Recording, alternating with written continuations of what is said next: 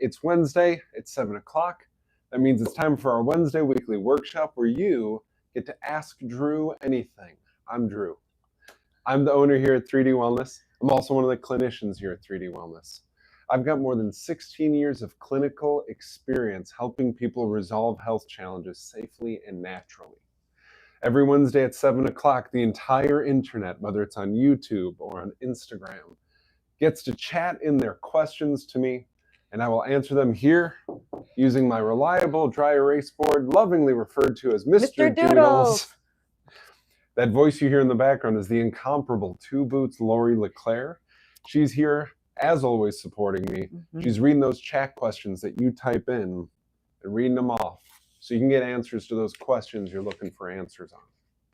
Now, I'm a little bit behind schedule tonight, so I got to write a few things on the board.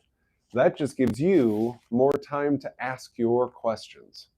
And if you're not comfortable chatting in your questions, please feel free to use the phone number that's right up here, 262-505-5012. Call us. We'll take your call live on the air, and we'll get your questions answered. I will stay here answering questions as long as there are questions rolling in. Ready? Go. Oh yeah, this is episode 101 now. It is 101. Jeez.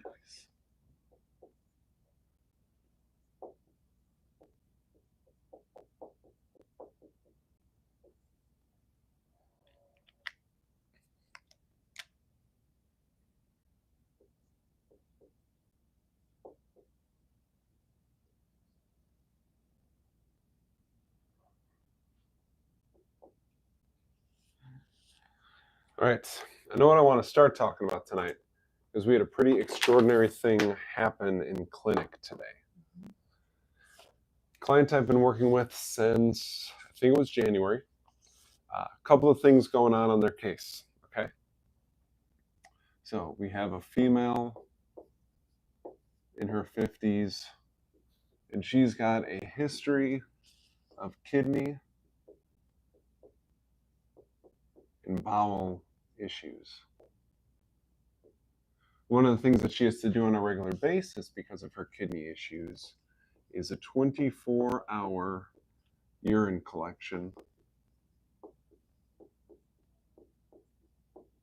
And they're doing that because they're looking for crystals. Now, not the kind you get at those markets where, I hold that crystal, I feel my toes get warmer, so this crystal's good for my thyroid. Not that kind of crystal. The kind of crystals that are probably going to turn into kidney stones. And because she has a history of kidney stones and kidney issues, they do these 24-hour collections on a regular basis. Usually they are done every 6 months.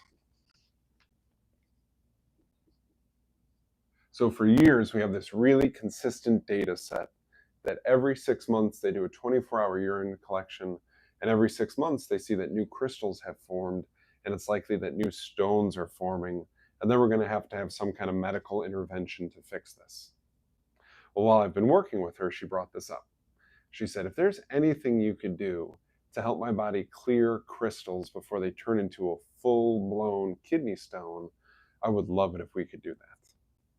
And what just happened was that this most recent 6-month collection, for the first time in years, there were no crystals. She was totally over the moon. It's the first time in years that she has not had crystals in one of the 24-hour urine collections.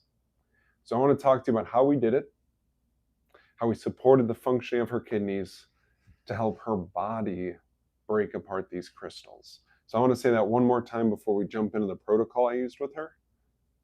We are nourishing the body, and the body does the work.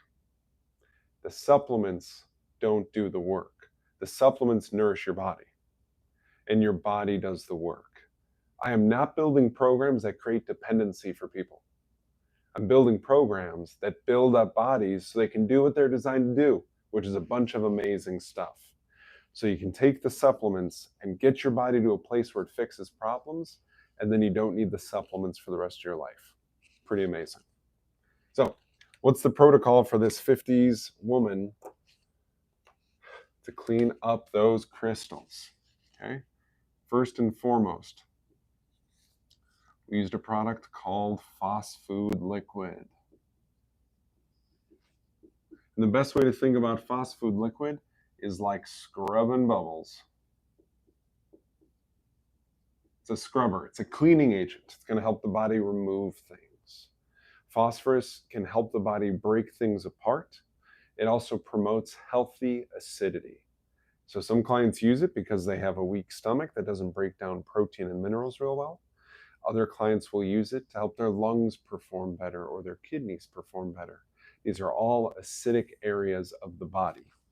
And we used Phosfood Liquid to help her kidneys get a little bit cleaner than they had been. Now, the other thing that we used to clean is called Arginex. And Arginex is big time kidney food, but it promotes the enzymes that the kidneys naturally have. These are naturally occurring things in the body that the kidney use to clean things out, to do their daily tasks, to break things down, send waste to the bladder, send things that should stay in the system back into the system. Arginex and Phosfood Liquid both clean the kidneys. However, they do it in very different ways. So when I'm working with somebody who has a history of kidney issues, I'm looking to support the kidneys in as many different ways as is safe and possible. And then last but not least, one of the most brilliant things that Standard Process offers to us is the correct PMG supplement. Remember, whenever you see the word PMG after a Standard Process supplement, it's telling you that it is an anti-inflammatory rebuilder of whatever tissue you see in front of it. In this case, rena, meaning renal, like kidney.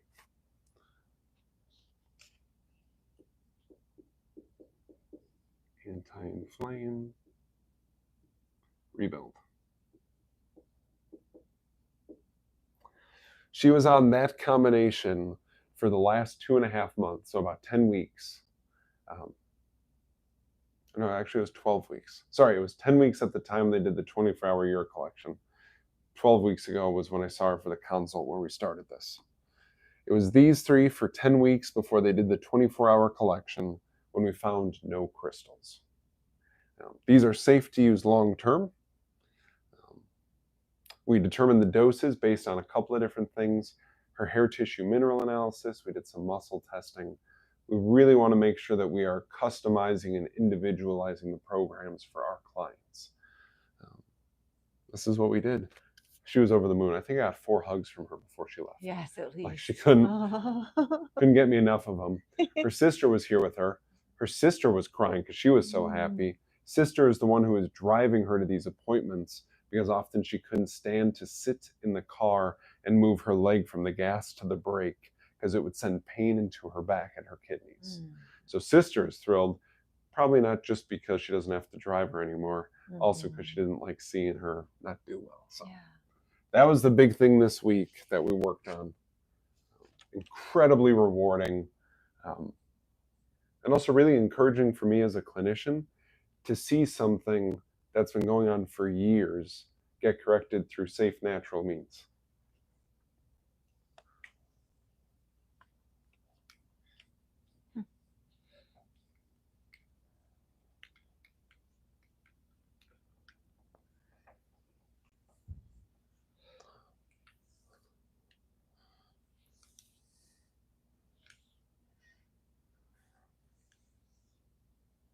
All right, Two Boots, any questions rolling? I am not seeing any questions rolling in on either YouTube or Instagram. Is that my cue to throw one in the You're usually good for a question or two. Okay. I think I want to start with, what do you recommend for certain food groups that, like, for instance, sushi? Yeah.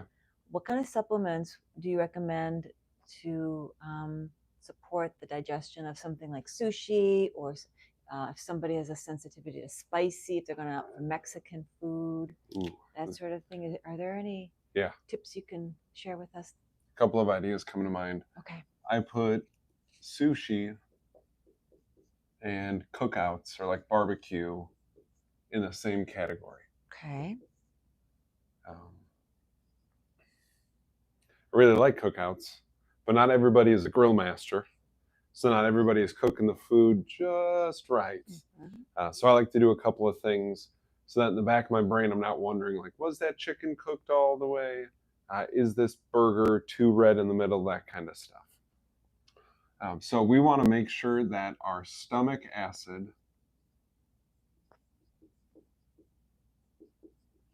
is very acidic. For those of you who know pH, we're talking about 1 or 2. So pH is the scale that goes from 0 to 14, and we're talking like super, super acidic if we're talking such a low number like 1 or 2. We want that for a couple of reasons. It's going to help us digest minerals, proteins, and invaders. What do I mean by invaders? I mean your bacteria, your parasites, your funguses, your viruses. Our stomach acid should be so potent and powerful that it can kill those things before they have a chance to really set up shop in our body. So when I'm having sushi, when I'm going to a cookout, I'm doing things beforehand to boost my stomach acid because I want to get the minerals and the proteins out of my food, but I also want to protect myself from invaders.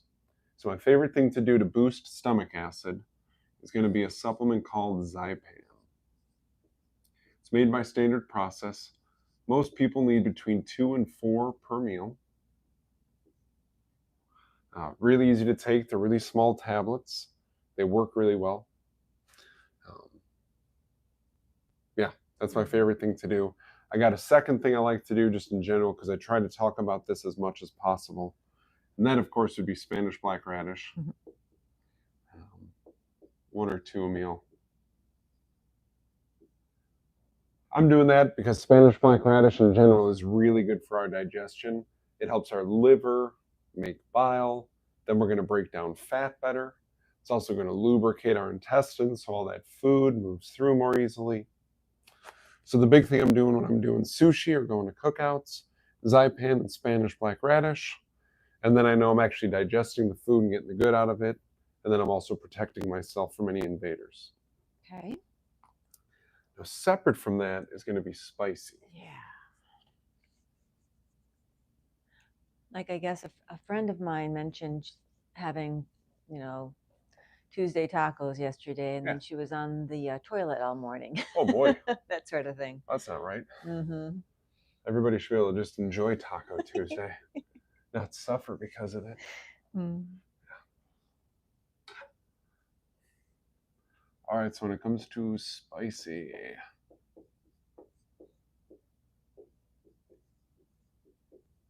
it comes to spicy foods. So one of the things that we got to keep in mind about a lot of different spices, like cayenne or paprika, peppers, ginger, these are all spices. What they all have in common is they promote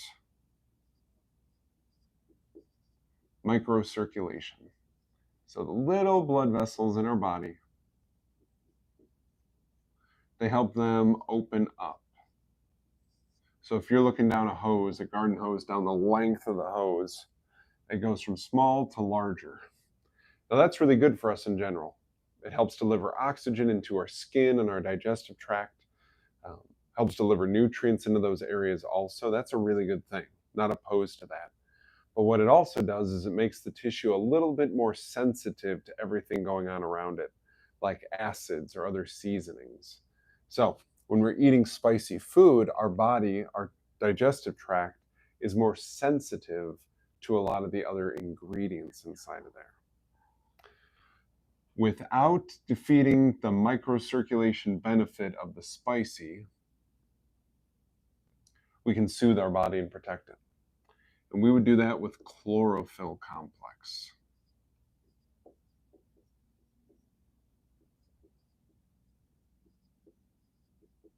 For most people, we're talking 1 to 3 per meal. Chlorophyll complex is incredibly soothing. It's incredibly protective to the digestive tract. It helps support healthy formation of mucus, which is one of our body's favorite things to protect our gut. It's really easy to take. They're little soft pearls, and you can take it at the start of the meal, at the end of the meal, during the meal. It's super user-friendly, has all sorts of other benefits. Chlorophyll is often referred to as plant blood, so it has all of these nutrients in it that also help humans form healthy blood as well. So for the spicy stuff, without interfering with the benefit of the spicy stuff, we can take chlorophyll complex to protect ourselves from the spicy. And then, of course, Spanish black radish. Because nothing goes with a good Mexican dish quite like Spanish black radish. That's right. So that's what I would do. If you are going out for spicy sushi, it is totally acceptable to combine Zypan and Spanish black radish with chlorophyll complex. Sure.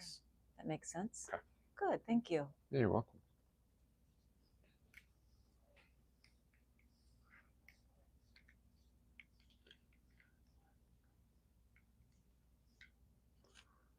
All right. All right.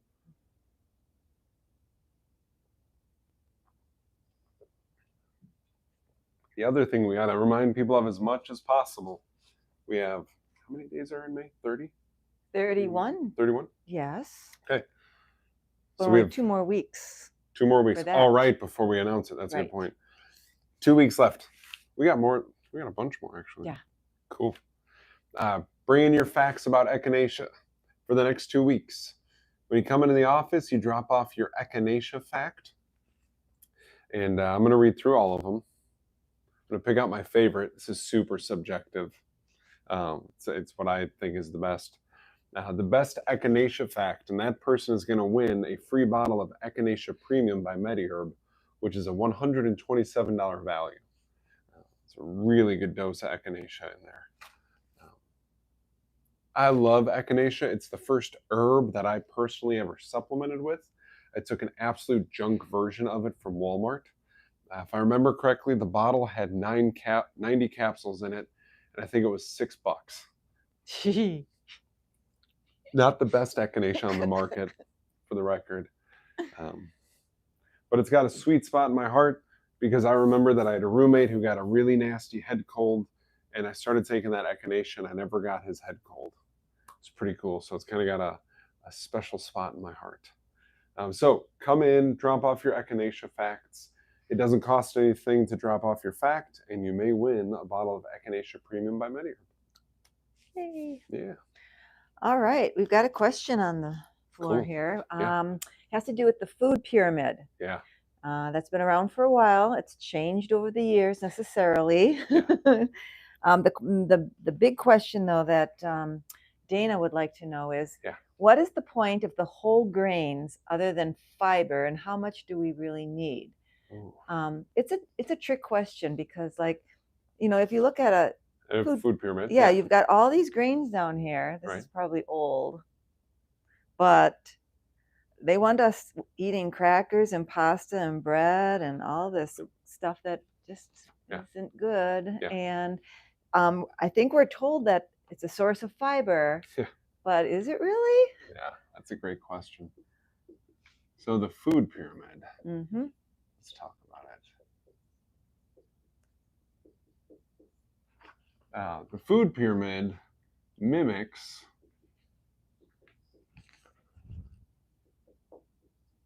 how to fatten up livestock. All right. So before you send that pig off to slaughter for that bacon and pork shoulder, pork loin, pork chops, you feed them the food pyramid. You want a nice big heifer for your steaks? Oh, yeah. Feed them the food pyramid, okay? If you base the majority of what you eat off of refined carbohydrates, you will fatten up. There's no argument with that.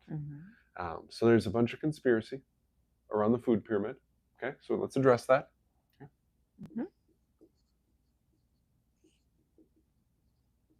The conspiracy is that the food pyramid was designed to promote illness. That's the conspiracy. And the reason people say that is because some of the most nourishing things on the food pyramid, like good protein sources and produce, are not the largest intake on the food pyramid. Ideally, if it is grown in nature naturally and minimally processed, that's what we should be eating. But on the food pyramid, that is not what is emphasized. Okay? I don't know if it was designed to promote illness. What I do know is that if you eat foods in those ratios outlined on the food pyramid, you're probably going to get fat and you're probably not going to feel great. And you're probably going to ask for some kind of health support. So our dark sense of humor around the office is like, no, food pyramid's great. Eat it up. And then call us in 2 months when you feel terrible. And we'll dig you out of the depths. Instead, I'd rather have a better food. Man, what shape? I'll have to think about this. What shape I would want it to be. It wouldn't be a pyramid necessarily. Well, they use the plate now. The plate. Circle. Yeah. Like a pie graph. Yeah, pie graph. Not that I want pie on the graph for what we should eat. Anyways, don't get distracted. All right. Food pyramid. So mimics how to fatten up livestock. There's conspiracy around it. My big concern with the bottom part of the food pyramid, so the largest group is those grains, okay? So grains contain something called phytic acid or phytates, okay? And they bind to minerals. So here's my big concern is we might be eating these grains with foods that are really nourishing and rich in nutrients like minerals.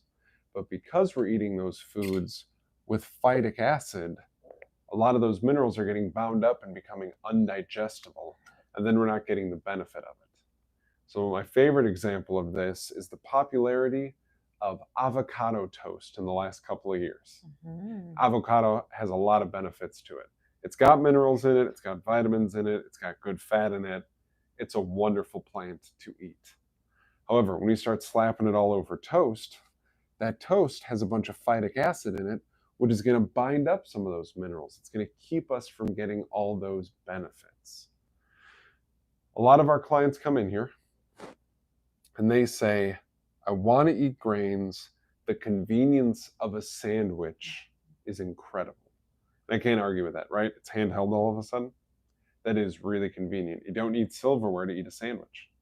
You probably need silverware to eat a chicken breast or a steak, okay? Unless you're a total savage. And I applaud you if you are. So there's a convenience factor that goes in with this. And the way I get people around that usually to avoid phytates is recommending things like egg-based wraps.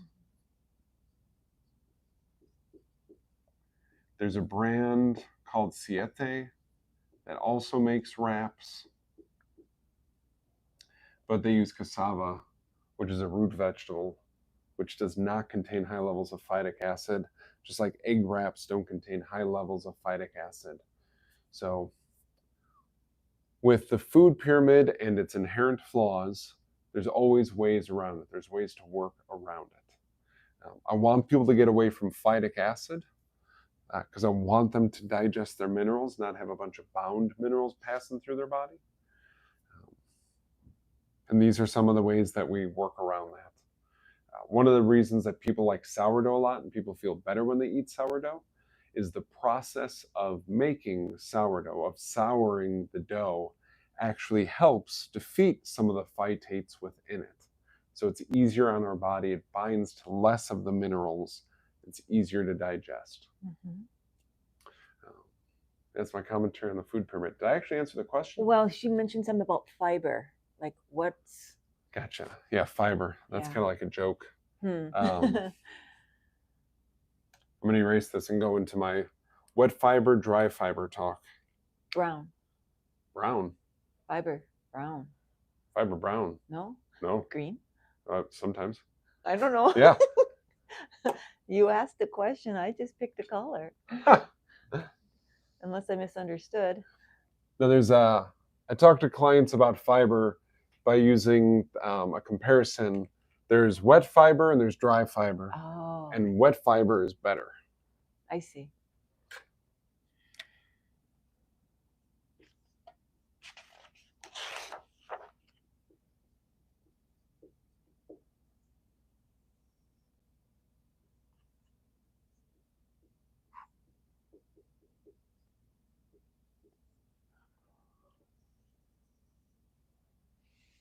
All right, wet fiber, dry fiber. So dry fiber, for the most part, is going to be your grains. Okay, they're going to say whole grains have more fiber in them.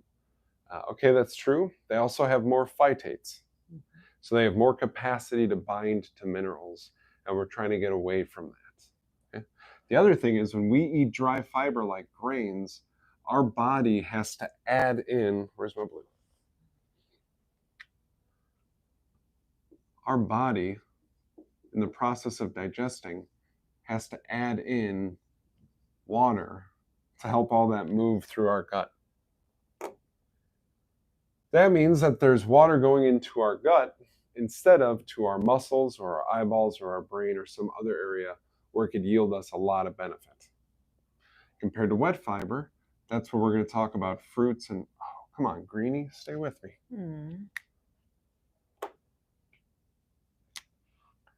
That's where we're going to talk about fruits and veggies. And the reason that's a big deal is because when these are going through our body, they are giving water back to the body.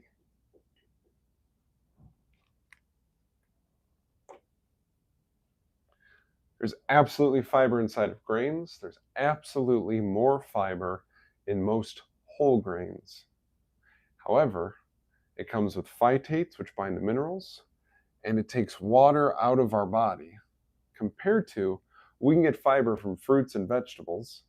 And I think it's actually more effective because it's easier for our body to work with it as it is donating water to the body. So focus on chewing things that are kind of tough to chew. Have an apple instead of a banana. An apple involves more work to chew than a banana.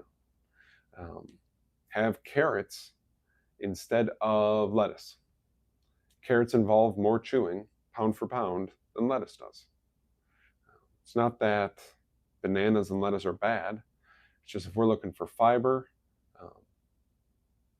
that's wet, we're going to do better with some of those harder to chew ones. Yeah, so I recommend wet fiber. And then how much fiber do we need? Oh, that is up for much debate. There are many numbers on the internet. Typically, I see clients do really well with as little as 12 grams a day, all the way up to 25 grams a day. I see some people promoting 40 to 50 grams of fiber a day. I do not recommend that. I think at that level, that's more irritating than anything else. If we are eating food that is minimally processed and maintaining a good level of hydration, our bowels should move quite easily in this range. A couple of comparisons just to give you an idea. Medium-sized beet is going to give you 2 to 4 grams of fiber. An apple is going to give you 3 or 4 grams of fiber. It's pretty easy to hit this range just using produce. Yeah. So follow-up question from Dana is, it's safe to assume, based on what you just informed us about, that you do not recommend making a huge effort to include whole grains in your diet. Correct? How about things like quinoa? Yeah, quinoa is a pseudo grain. It's kind of in the grass family. Some people digest it pretty well, others don't. It's not something I tell people they need to add into their eating. It's something I find a lot of people use when they're trying to get away from more mainstream grains. One of the benefits of quinoa is that it's gluten-free naturally. So some people aren't aware that they're actually sensitive to gluten. And switching over to quinoa can kind of highlight that and show them like, oh, I can have a pseudo grain that's gluten-free and my tummy feels better afterwards compared to when I have a gluten-containing grain. Good. Okay. Good question. All right.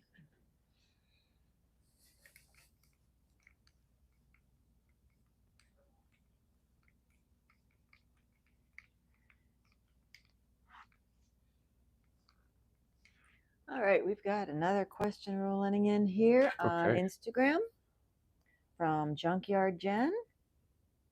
Hello, Jen. Jen and And Alton, I still read that book y'all gave me. Was that a year ago now? It was close to a year ago. which book?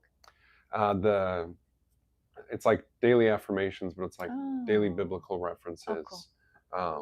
Keeping yourself centered. Yeah. Like reminding yourself there is a narrow path that is altruistic and good. And then there are many other wider paths that are less good. All right. Well, her question is this. Where'd it go? There it is. Your favorite herbs, teas, and supplements for spleen support. Ooh, outstanding. How often do I get to talk about the spleen?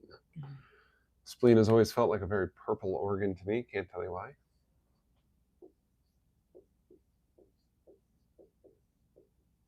All right, so if we're going to nourish up the spleen, echinacea is one of my favorites, and you can get that in plenty of different types of teas. I usually get it from a tea from traditional medicinals brand called Throat Coat. It's a really good one. But there are lots of echinacea teas out there. And you can actually grow echinacea in your yard and harvest it and make your own tea out of it too. So echinacea tea is going to be my favorite tea. Lori, was it tea, food, and supplements? It is herbs, teas, and supplements. Yeah, herbs, teas. Okay. Yeah, so most of the teas I would recommend would be herbs. Supplement-wise, Immuplex by Standard Process is incredible. It has 2 different types of spleen support within it. Spanish black radish is really incredible for spleens. That's because it contains sulfur. Sulfur is really important for some of the things the spleen does in terms of the way we make some of our blood cells. That happens in the spleen. Some of our immune system activity happens in the spleen also. And sulfur is needed for a lot of those processes. Spanish black radish gives us a food source of sulfur. So that's really nice also. Sesame seed oil.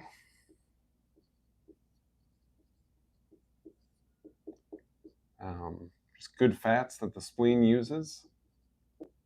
Some pretty unique fats inside of there also. Then I want to tell you a couple of things that we know spleens don't like. So just so everybody's clear, our spleen is on the left side of our abdomen. It is below our left lung. It is next to our stomach, which is sitting right in front of our rib cage. But the spleen is protected by the rib cage with good reason. We often hear spleens are non-essential. A little bit of a misnomer. You can live without a spleen. It's much easier to live with a spleen, though. Okay, so that's part of the reason it's protected by the rib cage. Things we want to avoid because of how close it is to our stomach. It's going to be really sensitive to cold drinks.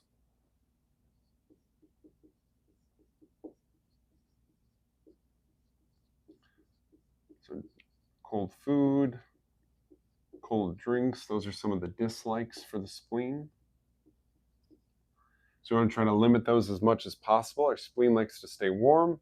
It helps it do its thing. It has an ideal operating temperature. And if we pour enough cold stuff down our throat, whether it's food or beverage, it can actually disrupt some of the functioning of the spleen. So if you want to use some tea, look for a tea that has echinacea in it. And then these 3 supplements, Standard Process makes all 3 of those. You can also always cook with sesame seed oil. It's always an option. And we would want to avoid cold food and cold drinks to help our spleen function. Jen also wants you to mention foods that support the spleen.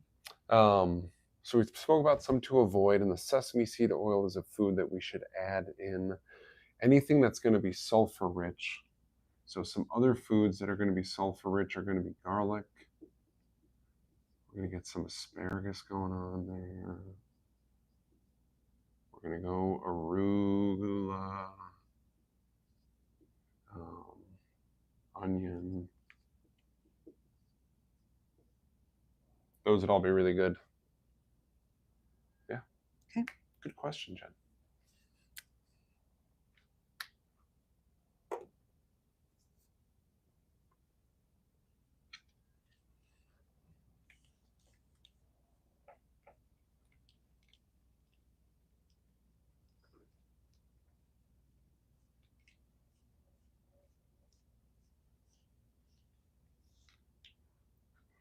She says, "Ooh, this is so helpful. Love this. Cool. Thank you for sharing your Oh, yeah. knowledge, You're Drew." welcome. Thanks for asking.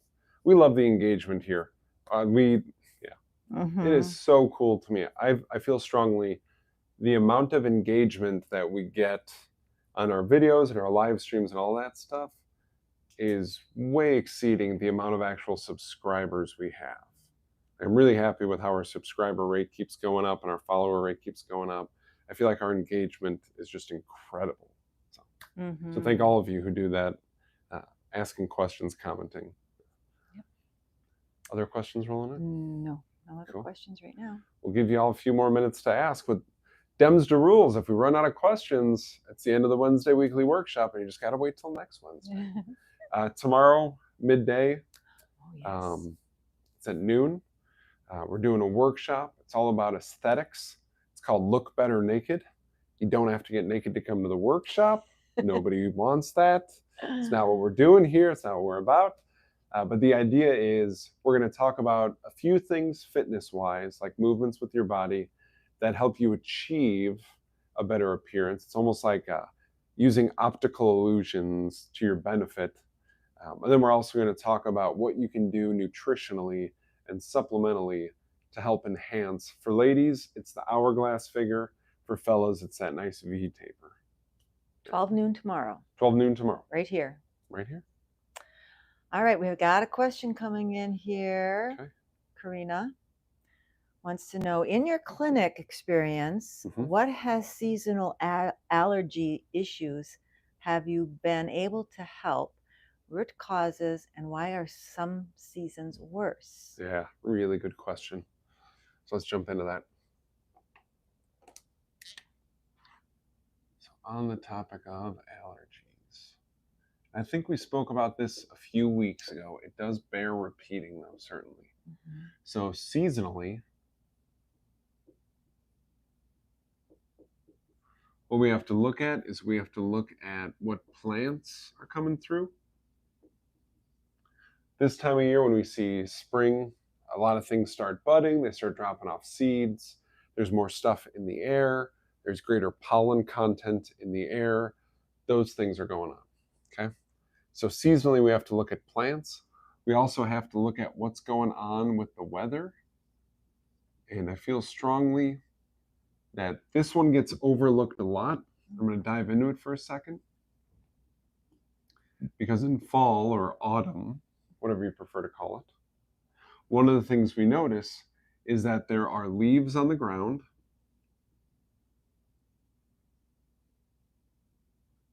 They are often damp, and we still get sunshine. Now, there's a certain type of immune challenge that loves it when it has dead food. Those are the leaves that have fallen off the trees. Laura, you know where I'm going with this, don't you? She's been listening after all these years. How many? 13 years? 13 plus years. Jeez, the tolerance this woman has for me. Astounding. Second only to my wife and my parents. Okay. Leaves on the ground. Dead food.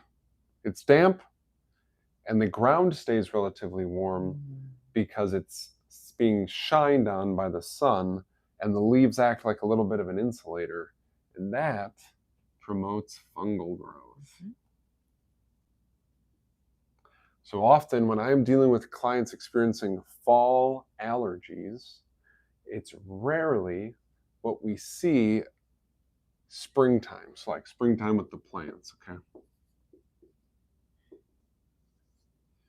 In fall, it's almost always related to fungus, and we're doing things that'll help symptomatically with allergies, the dry eyes, the itchy ears, the sneezing, the runny nose, all that stuff, and doing things to help the body fight back against fungus. That's a little different from spring. That's typically when we're dealing with plants. That's when we're seeing more histamines Those are little irritants floating around inside of the body. The histamine levels tend to be higher at this time of year, and it's a separate issue. We often need more liver support to deal with histamines, compared to fungus is going to be more immune and gut support. So with allergies, if we're dealing with them in fall, I do see fungus as a big player. I like to use Zymex by Standard Process, paired with Spanish black radish by Standard Process. Really great combo to help the body fight fungus. If it's springtime stuff like this time of year, I really like to help the liver by using Antranex or Allerplex. There's another thing I need to bring up, and it falls under both categories. Because we live in a world with so much air pollution, it is very common that when these plants are breaking down and dropping their leaves, or when they're releasing pollen and seeds and that sort of thing, like in springtime, that we are also dealing with things that have flown through the air, pollution-wise, and landed on these plants.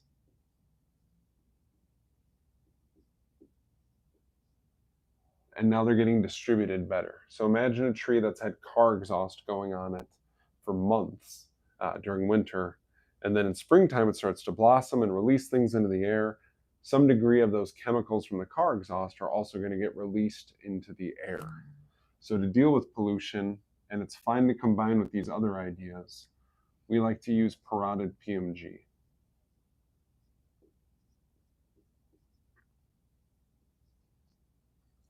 I've had so many clients over the years come to me having already tried Antranex and Allerplex for their springtime allergies without it really working any magic for them. And we add parotid PMG, and it's usually just like 1 to 3 of them a day. And all of a sudden, they're like, oh, this Allerplex is amazing. This Antranex works wonders. It's like, yeah, because you were dealing with pollution just as much as you were dealing with things that cause allergy symptoms. Let me know if that answers your question, Karina. Mm-hmm.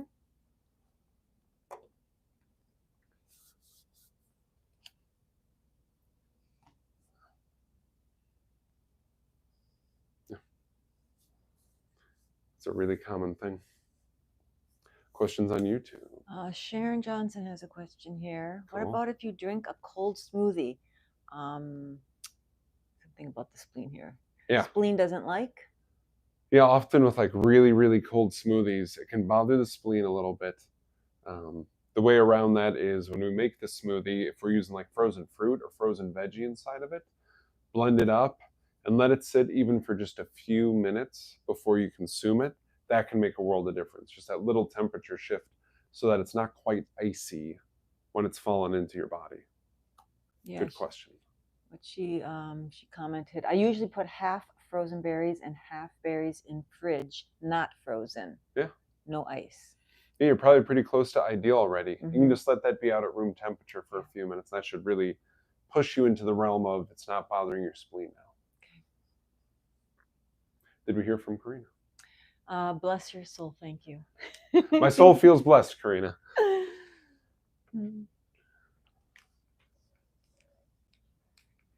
Yeah, whoever makes Zyrtec probably hates my guts for all the people I've helped with allergies.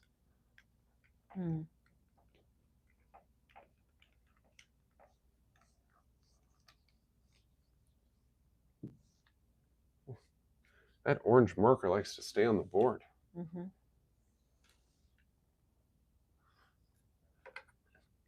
Any good other questions for Lana? No, that's it. Okay, you lovely humans. Mm-hmm. Like we said before, we so greatly appreciate the engagement, the comments, and the views, and the likes, and telling people about us, and they subscribe, and we get more, and we just really enjoy it. Yeah. If any questions come up before next week, and you want to ask them, ta-da! You can call us. You can message us on Instagram or YouTube. You can comment on these posts. You can also shoot us an email. It's 3dnewberlin@gmail.com. Otherwise, until next week, stay well. See you soon.